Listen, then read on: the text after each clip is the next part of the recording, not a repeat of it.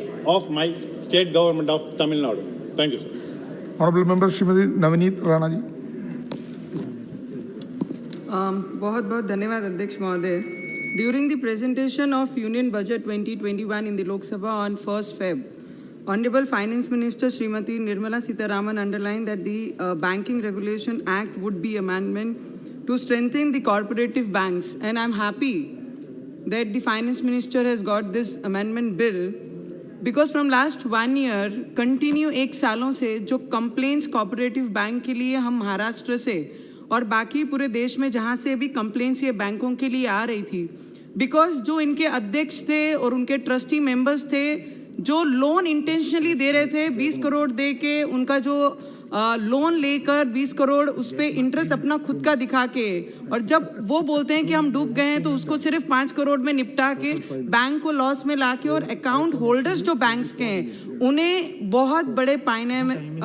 Level पे उनको डुबा दिया गया. और ये कंप्लेन हम पिछले 1 सालों से फाइनेंस मिनिस्टर के हाथ में हम ये कंप्लेन देते आ रहे हैं. So I am very happy that PMC bank and Mumbai city cooperative bank, Yes Bank जैसे बैंकों ने जो नुकसान हमारे देश के अकाउंट होल्डर्स का, जो ये देश को मजबूत करने के लिए बाहर निकलते हैं, और कोऑपरेटिव बैंक का जो काम था कि फार्मर्स को सपोर्ट करना है फार्मर्स के लिए, और जब से ये बैंक्स आई हैं तब से ये फार्मर्स को सपोर्ट करें. बट रिसेंटली कई from last many years the banks has been seen कि वो डिफॉल्टर्स को ज़्यादा सपोर्ट करके, बड़े लोगों को ज़्यादा सपोर्ट करके ये बैंकों को बढ़ावा देती है. और आरबीआई जो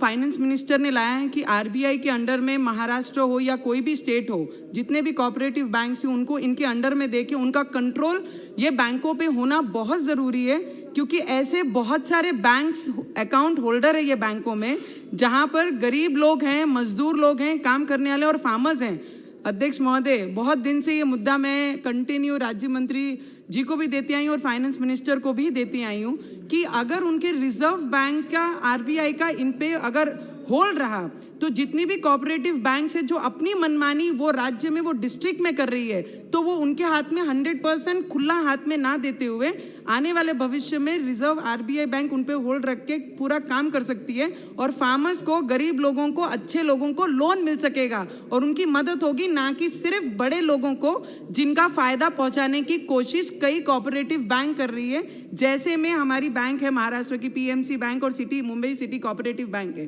तो मैं बस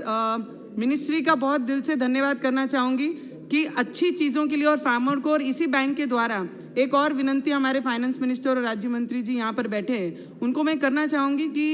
जिन्होंने 6 महीने का लोन का जो टाइम दिया है ईएमआई का, तो मैं आप लोगों को रिक्वेस्ट करना चाहूँगी कि बहुत सारे लोग अपने बिजनेस में डूब चुके हैं ये 6 महीने में, तो आप लोग और 6 महीना और 1 साल उनको और बढ़ाया जाए कि ताकि उनको पर्सनली हेल्प हम पूरे देश के लोगों को कर सके. बस उतना ही विनंती करती हूँ. Thank you so much. Thank you. Honorable Member Sri Thomas Chari Garden.